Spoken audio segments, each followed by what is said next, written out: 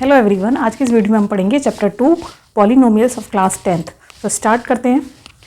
What are polynomials? An algebraic expression in the form of a n x raise to power n, a n minus one x raise to power n minus one plus dash dash plus a two x square plus a one x plus a zero. यानी ये simply किसी algebraic expression की form है। यहाँ पर N क्या है? कोई भी होल नंबर हो सकता है। A zero, a one, a two, a n, ये सब क्या है? कोई भी रियल नंबर्स हो सकते हैं। सो ये पूरा जो एक्सप्रेशन है, this is called a polynomial in one variable x and degree n। So basically polynomials क्या होते हैं? Polynomials are algebraic expressions which में have one term, two term और more than two terms. So इसका एक कोई example हम देखते हैं। पॉलिनोमियल का example, suppose 2x plus 5x square plus 7x plus 1, ये दोनों ही क्या है? पॉलिनोमियल्स। फर्स्ट वाले पॉलिनोमियल 2 टर्म्स है, सेकंड पॉलिनोमियल में 3 टर्म्स है, इससे ज़्यादा भी टर्म हो सकते हैं। अब देखते हैं हम टाइप्स ऑफ पॉलिनोमियल्स। पॉलिनोमियल्स के टाइप को हमने 2 बेसिस पर डिवाइड किया है। First on basis of terms and second on basis of degree. So basis of terms कौन कौन से पॉलिनोमियल्स होते हैं? Monomial, binomial, trinomial. मोनोमियल ऐसे पॉलिनोमियल जिनमें सिर्फ और सिर्फ सिंगल टर्म होता है। फॉर एग्जाम्पल, अगर आपके पास 3x दिया हुआ तो इसमें सिर्फ और सिर्फ एक ही टर्म है और ये क्या है? मोनोमियल। बाइनोमियल जिसमें 2 टर्म्स होते हैं, जैसे कि ये हमारा एग्जांपल था। ट्राइनोमियल जिनमें 3 टर्म्स होते हैं, जैसे हमारा एग्जांपल था 1 2 3, ये 3 टर्म्स है यहाँ पर। और जिसमें 3 से ज़्यादा टर्म्स होते हैं उन्हें हम क्या कहते हैं? सिंपली उन्हें हम पॉलिनोमियल्स कह सकते हैं। On basis of degree there are 4 types. Constant polynomial, constant polynomial यानी कि जिसकी डिग्री क्या होती है? 0। लीनियर पॉलिनोमियल जिनकी डिग्री क्या होती है? 1। क्वाड्रेटिक पॉलिनोमियल यानी जिनकी डिग्री होती है 2। एंड क्यूबिक पॉलिनोमियल यानी जिनकी डिग्री होती है 3। Next, value of a polynomial at a given point. Suppose आपको कोई पॉइंट दिया है या कोई भी नंबर दिया है, अब आपको उस पॉइंट पर पॉलिनोमियल की वैल्यू फाइंड करनी है, तो आप क्या करेंगे? If p x is a polynomial, suppose आपको कोई पॉलिनोमियल दिया है p x, polynomial in x and alpha. Alpha क्या है यहाँ पर? Alpha is any real number. The value obtain by putting x is equals to alpha. अगर हम x को अल्फा के इक्वल पुट कर देते हैं किसी पॉलिनोमियल px में, so is called the value of px at x is equals to alpha. अगर आप किसी पॉलिनोमियल px में x के प्लेस पर अल्फा पुट कर देते हैं, जो भी नंबर आपको दिया है वो पुट कर देते हैं, सो वो उसकी क्या हो जाएगी? वो वैल्यू हो जाएगी उस पॉलिनोमियल की एट गिवन पॉइंट, यानी कि अल्फा की। नेक्स्ट है हमारा zero of a polynomial. A real number k is said to be the zero of a polynomial px if pk is equals to 0।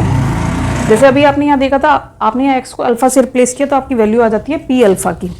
ऐसे ही यहाँ पर आपको कोई रियल नंबर k दिया है और आपने x को रिप्लेस किया k से और पॉलिनोमियल की वैल्यू फाइंड करी। अगर पॉलिनोमियल की वैल्यू 0 आ जाती है, देन वो जो नंबर जिसको आपने पुट किया था वो पॉलिनोमियल का क्या हो जाता है? 0 हो जाता है।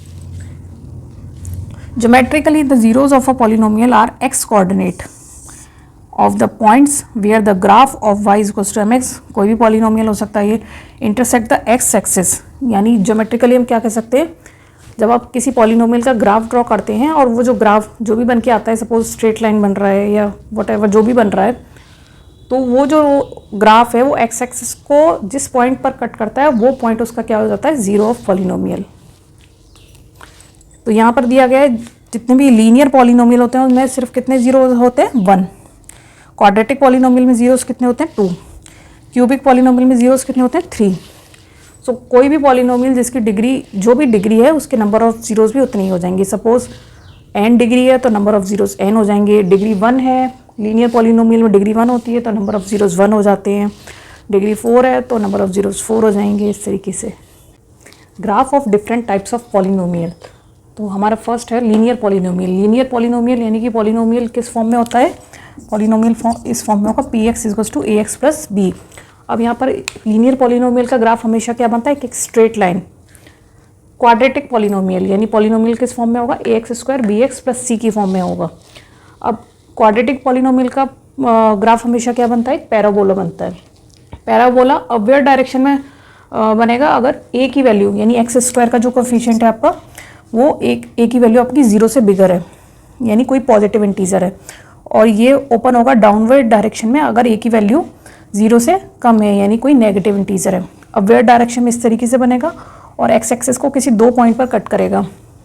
डाउनवर्ड डायरेक्शन में इस तरीके से बनेगा जब ए की वैल्यू 0 से छोटी है यानी कि कोई नेगेटिव इंटीजर है, और ये इस केस में भी 2 पॉइंट पर कट करेगा एक्स एक्सिस को। Relationship between zeros and the coefficient of a polynomial, यानी किसी पॉलिनोमियल की जीरोस और उस पॉलिनोमियल के कोफिशिएंट में क्या रिलेशन होता है। सपोज कोई लीनियर पॉलिनोमियल ये हमने चूज़ किया है ax + b। अब इसके जीरोस कितने होते हैं, लीनियर पॉलिनोमियल में नंबर ऑफ जीरोस कितने होते हैं, 1 होता है ओनली। तो इसका जो पॉलिनोमियल होगा वो किसके इक्वल हो जाएगा, -b/a के, जहाँ b क्या है कांस्टेंट टर्म है आपका और a क्या है x का coefficient. In a quadratic polynomial, कोई क्वाड्रेटिक पॉलिनोमियल ये हमने लिया है ax² bx + c। Quadratic polynomial में कितने जीरोस होते हैं, 2 जीरोस होते हैं। सो जो 2 जीरोस होंगे उन दोनों जीरोस का सम क्या होता है, -b/a के इक्वल। -b क्या है यहाँ पर x का कोफिशिएंट, a क्या है x² का कोफिशिएंट, यानी इसको आप इस तरीके से भी याद कर सकते हैं, minus coefficient of x divide by coefficient of x²। Product of zeros, यानी जो भी 2 जीरोस होंगे, क्वाड्रेटिक पॉलिनोमियल में 2 जीरोस होंगे, दोनों जीरोस का जो प्रोडक्ट होगा वो किसके इक्वल होगा, c/a। c क्या है कांस्टेंट टर्म, a क्या है x² का कोफिशिएंट, यानी इसको आप इस तरीके से याद कर सकते हैं, कांस्टेंट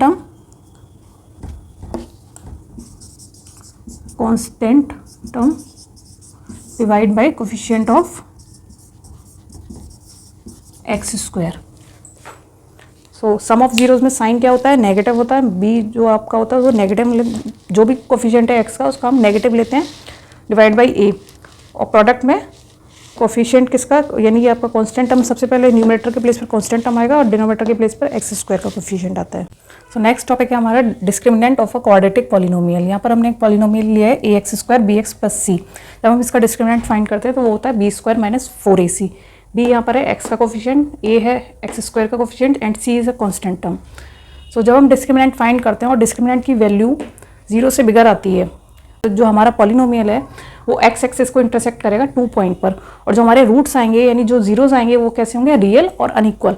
हमें 2 रूट्स मिलेंगे और दोनों ही रूट्स कैसे होंगे, अनइक्वल। और इसका ग्राफ कुछ इस तरीके से बनेगा। अगर a की वैल्यू बिगर है 0 से तो ये पैराबोला बनेगा अपवर्ड डायरेक्शन में, और x एक्सिस को ये इस तरीके से 2 पॉइंट पर इंटरसेक्ट करेगा। a इज <0 तो ये डाउनवर्ड बनेगा और इस तरीके से x एक्सिस को 2 पॉइंट पर कट करेगा। केस 2, अगर d की वैल्यू 0 आती है यानी डिस्क्रिमिनेंट हमारा इक्वल है 0 के, तो जो हमारा पॉलिनोमियल होगा वो x एक्सिस को केवल टच करेगा और हमारे जो रूट्स आएंगे वो इक्वल होंगे। दोनों ही रूट्स कैसे होंगे, इक्वल होंगे और रियल होंगे। इस तरीके से ये टच करेगा x एक्सिस को किसी एक पॉइंट पर। अगर a < 0 है तो डाउनवर्ड, a greater than 0 है तो parabola upward. Case 3, if d is <0। अगर d 0 से लेस है देन हमारा जो पॉलिनोमियल होगा वो x एक्सिस को ना तो इंटरसेक्ट करेगा ना टच करेगा। वो इस तरीके से ग्राफ बनेगा इसका, ना तो ये टच कर रहा है ना ही इंटरसेक्ट कर रहा है। और हमारे जो जीरोस होंगे यानी हमारे जीरोस क्या होंगे, हमें कोई जीरोस नहीं मिलेंगे। px will not have any real zeros.